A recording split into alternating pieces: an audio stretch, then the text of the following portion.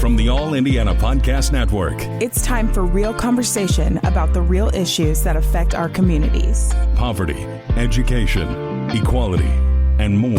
This is Real Talk. Real Talk with Reverend Charles Harrison.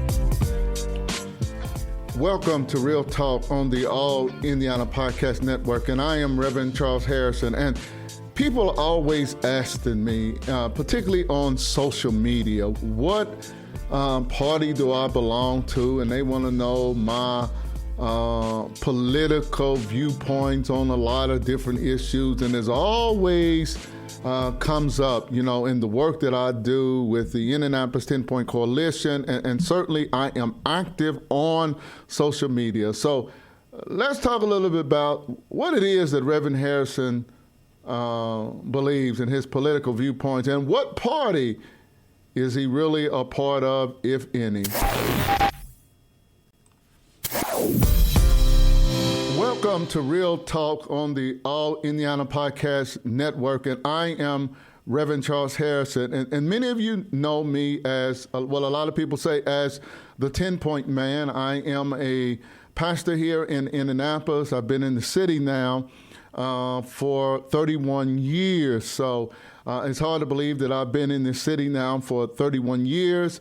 I have been working in the area of nonviolence, working with a faith-based organization called the Indianapolis 10-Point Coalition now for 26 years, boots on the ground, walking in hotspot areas of the city, trying to curb the pattern of urban youth violence as it impacts young men of color. So many people are aware of me, Reverend Charles Harrison, as the person who does work with the Indianapolis 10-Point Coalition. So that's where most people know me by, is that work that I do. But certainly I am a very vocal person, and I have a lot of opinions about a lot of different issues. So I do have a social media presence, and on my social media presence, whether it be X or Facebook or other sites, I am always commenting on particular things that are going on in the world. So I not only deal with local issues here in Indianapolis, but I deal with a lot of issues that affect people nationally, and I'm always commenting. And because I am making comments on a lot of different issues, certainly I have people who follow me who are Democrats. I have people who follow me who are Republicans. I have people who follow me who are independent.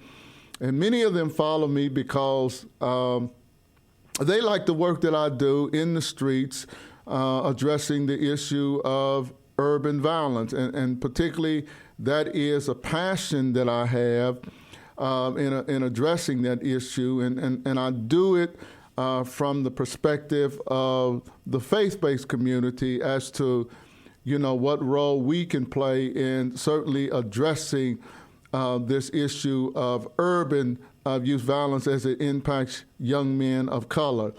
But in doing that, and I'm always commenting and giving updates on the work that, the OGs do on the ground, and now we got a group of Gen Zs who are now walking on the streets with Indy 10-Point, and they are beginning, to really make a difference, particularly with their generation, as we try to get younger as an organization, and as we transition into the younger generations, we already have millennials that are part of 10-Point, and now we're starting to expand our Gen Z group. But people are often asking me, and when I make comments, on social media, my Republican friends, always, are trying to pull me on the right side. Many of them know that I have publicly acknowledged that, that I am what I consider a moderate Democrat. I started voting in 1979 when I first registered to vote, and I've been voting, ever since then. I am a moderate Democrat. big fan of Bill Clinton, who was a moderate Democrat, Evan Bayh here in Indiana as the governor, and then Governor O'Bannon, who's from the southern part of Indiana, where I'm from, in the Jeffersonville area.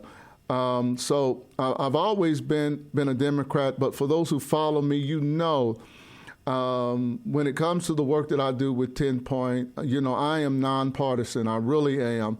I really don't try to mix politics in the work that we do on the streets and trying to curb the pattern of violence. And I work with everybody. I do. I work with everybody. I don't care who the mayor is. I don't care what particular party you're from.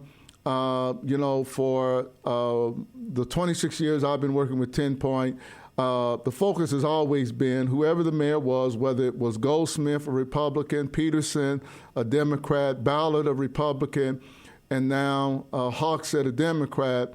I'm working with the leader of the city, the mayor, and I've always been that way. I don't play politics with the whole issue of crime and violence. It is about getting the job done on the streets. It's about working together. I believe in collaborative partnerships when it comes to doing this kind of work. And I think we've seen the success of that here in Indianapolis this week when one of my buddies' churches, Pastor Covington of Friendship Baptist Church, when his church was vandalized, with very vulgar language on the building, on buses that the church had, just a few days ago. And we witnessed residents in Hallville, leaders in Hallville, IMPD work together, and they were addressing the overall vandalism in the Hallville neighborhood. And several arrests have been made this week of gang members and of the 2 juveniles that were responsible for the vandalism that took place at Friendship Baptist Church.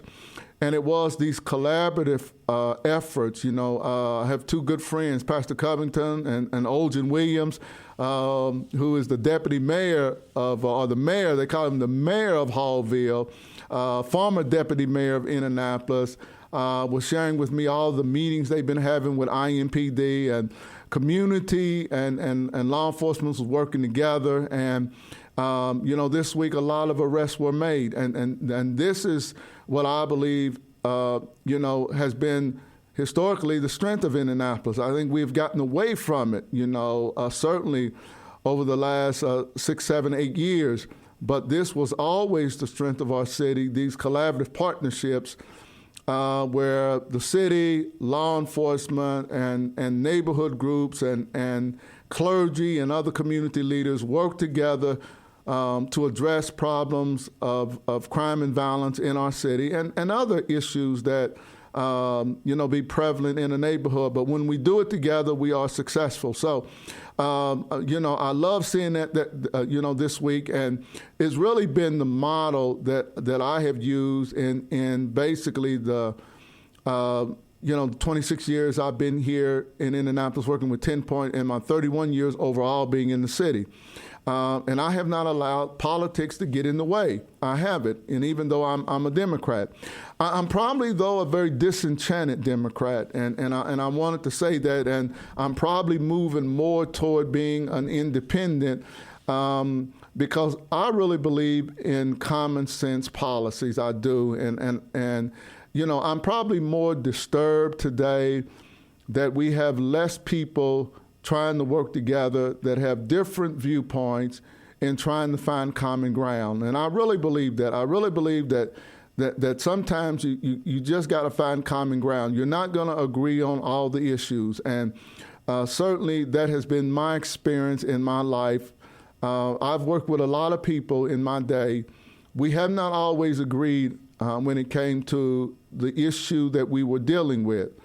But what we have always tried to do was to find common ground and put the greater good of the city, the people that were being impacted before our own personal viewpoints and opinions and positions. And that has always been my motto. It's always worked for me. It saddens me today that we don't see a whole lot of that anymore.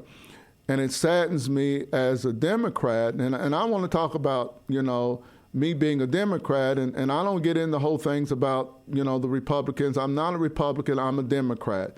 I'm moving more toward, though, becoming an independent because I just don't agree with a lot of the things that I'm seeing out of my own particular party. So, I certainly want to address that today. So people want to know, well, Reverend Harrison, why did you become so disenchanted? And it really started with, and I really understand, when I look at things today, why the Democratic Party now is at 27% and 29% in favorabilities. I think, I understand that because probably I would have rated them very low too if I would have been asked in the poll. And I started to see a shift, that was really disturbing to me. And the shift really occurred, with the whole George Floyd incident, very tragic incident, that occurred in our country. And I am a chaplain with the Indiana State Police. So, I was really disturbed in watching the video about what happened. But again, I always try to be fair. I always try to look at things from, different perspectives, and I really try to be fair in how I evaluate things. I think you have to be fair. And as a Democrat, I started looking at what was going on, with the whole George Floyd thing, and what, really started disturbing me is I felt like, our party was always using a double standard. What really, really troubled me, and everybody knows the work that I do, was with the George Floyd situation, instead of addressing what had occurred and addressing the police officers that were involved in that incident, it expanded to a larger issue about policing in this country. It started, the conversation started to go in a negative direction toward policing in this country, as if all police in this country were like the police that were involved in the George Floyd incident. And then it was almost associated with policing in this country was racist, that somehow all police were racist or anti-black or anti-minorities. And they wanted to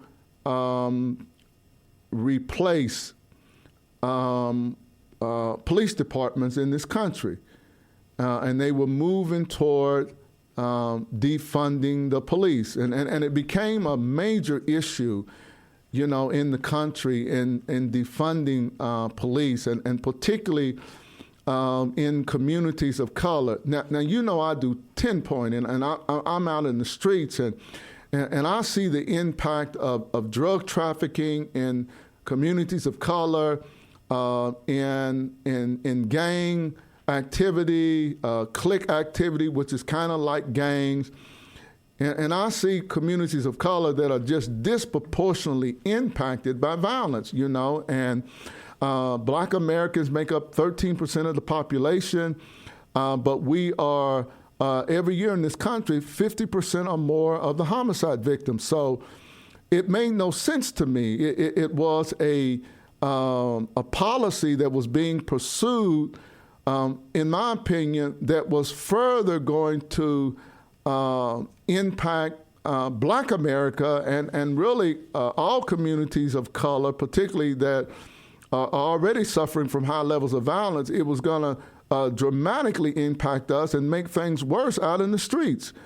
And I just didn't understand that. And that was the first time that I started being concerned and felt like the party that I had been a part of since I was 19 years old, when I first voted. When I was 19 years old, just turned 19 when I first voted, that in that November that the party was moving that far to the left when it came to the issues of policing in this country. And that was the first piece. The second piece that really disturbed me was the whole Black Lives Matter movement. And anyone who's followed me know that I have not been a fan. Not because I did not agree with their calls in trying to address police officers in this country that may have worn the badge but had a bias against people of color. Are dealing with the officers that were involved in the George Floyd incident and some other incidences that occurred, during that time. But my concern is that BML, which was being supported by the Democratic Party, was ignoring a much larger issue. And if we were really concerned about Black Lives Mattering, then we could not ignore the issue of urban violence. For years, I referred to it as black-on-black violence, and the disproportionate number of African Americans that were being impacted by violence. Homicide is the leading cause of death for black males in America between the ages of 1 year old and 44. Is either the number one or number two cause of death for black men in this country between the ages of 1 year old and 55 years old. So it is a major, major concern. And I became concerned that the party, which was supporting Black Lives Matter, was not more thoughtful in this. We were supporting riots and burning of buildings down in particularly neighborhoods of color. And anyone knows that once those businesses are burned down, the chances are that they're never going to be rebuilt and never going to open back up in these poor, impoverished neighborhoods, in cities all across the country. So then the people who live in those neighborhoods are disproportionately impacted, And, when I started speaking out against that, I started getting pushback in the black community. It was a double standard. Wrong is wrong. And we cannot justify when something is wrong. Looting and burning down buildings is not right. I don't care what the cause is. Whatever the cause is, it does not justify what we were seeing in cities all across the country, and particularly in communities of color, and the economic impact that it was going to have on those communities. Those of us who have been around a long time knew that it was going to have a disproportionate impact economically on communities of color, and the people who lived in those neighborhoods were going to be affected by that. And the silence on that was disturbing to me when there were black leaders like myself who were part of the Democratic Party who were speaking out against that was wrong. And what ended up happening was that I was getting a lot of pushback because I was speaking, out against that was wrong. We cannot criticize the other side for things that they do, or January 6th, or some of the things that were happening on the other side of the political aisle, but not be critical of what was happening on our side. That was wrong. So that was the first time years ago when I first started questioning, what was happening in the party. From that, we ended up, supporting woke culture, cancel culture, identity politics, open borders in immigration, men in women's sports, locker rooms. You can say boys in women's sports and locker rooms too. And then the whole issue of being soft on crime and violence. And there was just this sense of lawlessness that particularly repeat violent offenders were being arrested, but either low bond, no bond, they were back out on the streets. In cities like Indianapolis, they would put on the ankle bracelets, which they were not abiding by. You would see them in the streets with those ankle bracelets on, still selling drugs, some of them still carrying guns, still involved in criminal activity, and they would be either the suspect or the victim of another violent crime in the city. And it made no sense to me. And I'm looking at all of this stuff, you know, and woke culture and cancel culture. And really, I was one that was impacted by cancel culture. But because I was willing to speak out against a lot of these things, then people started coming after me. They started coming after, you know, the organization that I was a part of in 10 Point, as if, you know, I needed to stay in my place and be silent. And I was not going to stay in my place. I'm not going to be silent about what's wrong. And I think part of the problem with the Democratic Party now, and which is one of the reasons why I've kind of moved more toward being an independent now, is because we're on the wrong side of a lot of issues. It's because you're not listening to all of the people who are part of your party, particularly more the moderates within the party. And we will have said to you this whole issue of woke culture, cancel culture, identity politics, you know, open borders, men and women's sports and locker rooms was the wrong, we were on the wrong side of the fence in those issues. No, we're not going to support that. And you put me in a position as a Democrat where now, you know, either I got to make a decision whether or not I want to stay a part of the party anymore, you know, and because my voice is no longer being heard. If we are a diverse party, then our voices should have been listened to within the party. In my opinion, it's ludicrous for us not to be standing up for women's sports. And women ought not to be competing against individuals who were born biological men.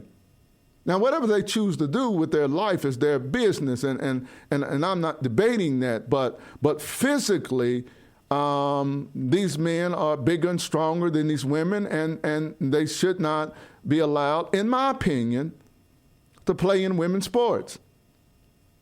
I was one heck of an athlete in high school. I was a heck of an athlete. I played baseball, basketball. I ran track and was one heck of a football player. I was. I ran the 100-yard dash.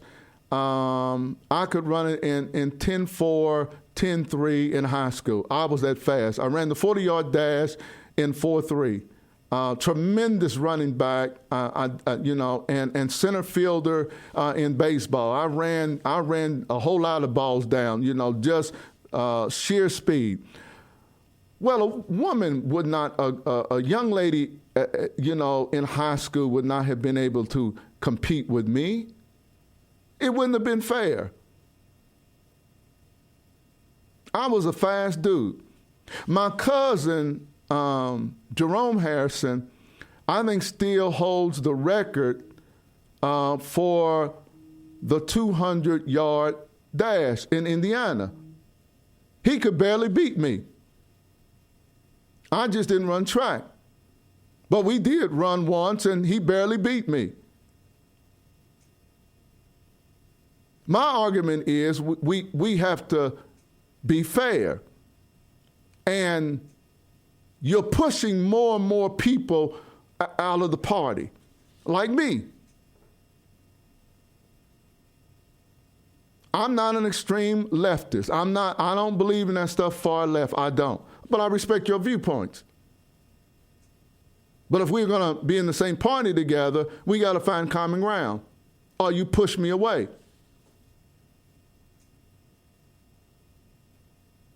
We're at 27 and 29% because we're on the wrong side of a lot of 80-20 issues. We're on the wrong side of that. And it's reflective in the polls.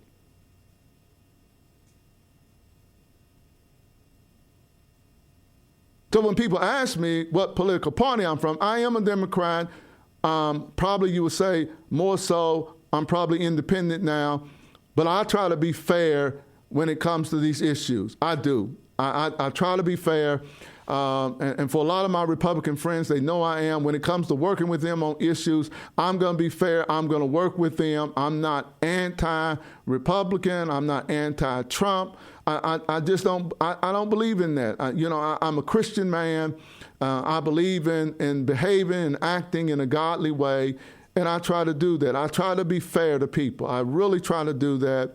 I try to be fair when it comes to all of these issues, and I believe in trying to do the right thing. Do I have all the answers? Am I always right on all the issues? No, but at least I try to be fair. When I'm wrong, I will admit that I'm wrong, and when I need to move a position, then I will do that if a position I had taken was not the right position. I'm open to that.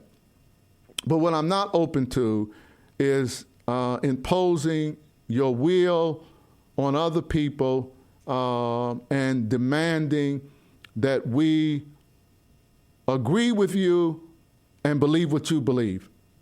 And that's what turned me off in the party. I don't. I did not agree with defund the police. I did not agree with all of the stuff that was surrounding the Black Lives Matter movement. I'm not in agreement with woke culture, cancel culture, identity politics. I wasn't in agreement with open borders. I wasn't in agreement with men and boys and women and girls sports. And I'm certainly not in agreement with being soft on crime and violence. I'm not. So if my opinion is not going to be respected, then I'm going to go elsewhere. I'm going to exercise my vote based on who I believe the best person is to do the best job for the people. I'm going to take positions that I think are in the best interest of the broader community. That's where I am. So for all of you who are asking about Reverend Harrison's political viewpoints, in a lot of these issues, I try to be on the side of common sense. What makes sense? God has blessed me. I'm 64 years old. In 3 or 4 months, if the good Lord's willing, I'll be 65 years old. I've lived a long time. I've seen a lot of things. And I try to base my opinions on common sense. I've lived a lot. I've seen a lot. I tend to know what works, what doesn't work. I'm open to new things. But yet I'm not going to side with something that I think is wrong. And I'm just not. I tell a lot of people that's one of the reasons probably I have not run for public office, though a lot of people would like for me to, because I'm never going to side with the party over the people. Never. Never. I'm never going to take a position or do something that I don't think is right, but the party wants me to do it anyway. I'm not going to do that. It's about doing what is right. It's about doing what is right for the people that you represent. I do that as a pastor. I represent a lot of people in the community as a pastor. So I try to do the right thing. I try to say the right things. If I think something is wrong in the community and the community is going in the wrong direction, I will say that. It's about doing what is right. And for me as a Christian pastor and a believer in the Lord Jesus Christ, it's about being faithful to God. And I put that above everything. I try to put my faith into practice. I try to live out my faith daily. I try to stand for what is right and wrong. I try to be in my daily life the light of Christ. I really try to do that. That's why politics is difficult for me sometimes, because it's about, for me, living out my faith and doing what is right. Being a part of these parties sometimes is a struggle for me, because for me, it's about doing the right thing. I don't think either party has all the answers or right on everything. I don't. There's some things I agree with Republicans on. There's some things I agree with Democrats on. And I try to flow that way. There are things I wish that both Democrats and Republicans would come together and find common ground. But we have so many extremes today on each side of the political aisle that just doesn't happen today. And who suffers for that? You and me. We suffer. We have to be willing to stand up. I'm standing up against my party. because I think they're wrong on a lot of issues. And I'm not going to be silent about it. I think they were wrong on the issue of defunding the police. I think the silence in our community about the riots and the burning of buildings and businesses and stuff was wrong. I think we're wrong on woke culture. We're wrong on cancel culture. We're wrong on identity politics. We were wrong with the open borders and immigration. And we're certainly wrong with men and boys playing in women's sports and in their locker rooms. We're wrong on that issue, in my opinion. You may differ as a Democrat, but for me, that's my position. We're wrong on this soft on crime. You are impacting communities of color that is leading to more violence. I'm not going to accept that. I'm not going to accept Junebug getting arrested and then 24, 48 hours later, he's right back on the street creating more havoc in the neighborhood. And then you wonder why you turn on the news every night and there's a shooting or there's a homicide in the neighborhood. Well, if you'd have kept them, Junebug and Lil Pookie them off the streets when they were arrested, then you wouldn't have had the homicide in the neighborhood. When they've been arrested 15 times and you keep putting them back on the street, that's the reason why there's so much violence. Or you put them on an ankle bracelet and nobody's really monitoring it, and they're still on the street up at the BP gas station at 29th and MLK selling drugs with a gun. Now, what do you think is going to happen? So there's people like me that are saying, no, our policies toward that is wrong. It's not creating mass incarceration that people are trying to do. We're trying to say that there are some people who have violent tendencies who are not trying to do the right thing that need to go away for a while until they're willing to do what is right. There's enough groups out here that are trying to help everybody that's coming out of prison. We're everywhere. We're trying to help them get jobs. We're trying to help them get skilled up. We're trying to help them with housing and everything that they need. We're trying to provide wraparound services for them. So it's not that they can't get out here and make it, because there's a lot of us who are out here trying to help them to make it and get on the right path in life. But they got to have a willingness to do that. And having these soft on crime policies where you continue to not hold repeat violent offenders accountable is not helping the community. It's creating more havoc. So yes, as a Democrat, I'm speaking out against that because that is wrong. No, I do not support men and women's sports. I don't. That's wrong, in my opinion. So I'm not going to be silent about it. You're not going to shut me up because you don't like what I say. I'm not going to abandon my Christian principles and values just to be a part of a political party. No, I put the Bible and God first. So there's some things that just conflict with my faith. Now, you have the right to live and do what you want to do. Certainly, I respect that. But respect my viewpoint when I disagree. And we ought to be able to live together even though we don't agree on all these issues. No, I don't. So yes, probably now I'm more independent. For all of you keep asking me what I am, I'm about what's right.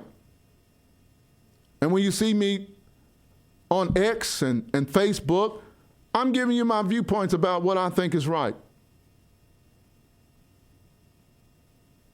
Since I've been in Indianapolis almost 31 years, I've always voted for the person I thought would do the right job. Even though I've been a Democrat, there were some Republicans I voted for. Yes, I have, because I thought they were the better candidate. That's how I flow. If you are a good candidate and you have good policies and you want to do things that are common sense, then you have people like me who are willing to support you. I hope you are that way too.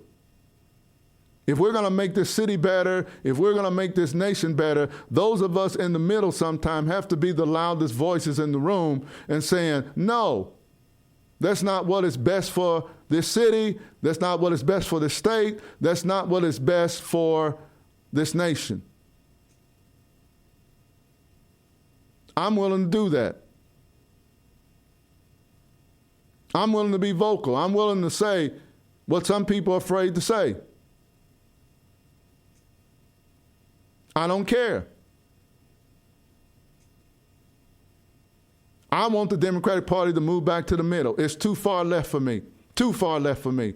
You're going to continue to lose elections. You're going to continue to lose people within your party. You're too far left. And if you don't move back to the middle, you're going to continue to lose elections. You got another one coming up in 2026, the midterms.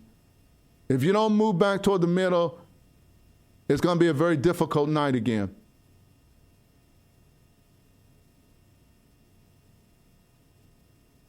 I'm just trying to be honest. I see there's a lot of people who are watching on X Live. Thank you so much for watching. I just wanted to share that. So those of you who wonder, well, where's Reverend Harrison at on this? Where's his political viewpoint? I really try not to give them. I do try to talk about issues. I really want to focus on what I do either as a pastor of my church or the work I do with other pastors when it comes to trying to address the issue of violence. But I try to be fair, you know, and if you follow me, I'm going to be fair. And I'm going to try to support things that make sense. And even where there may be disagreement, I'm interested in trying to find common ground. This is Reverend Harrison.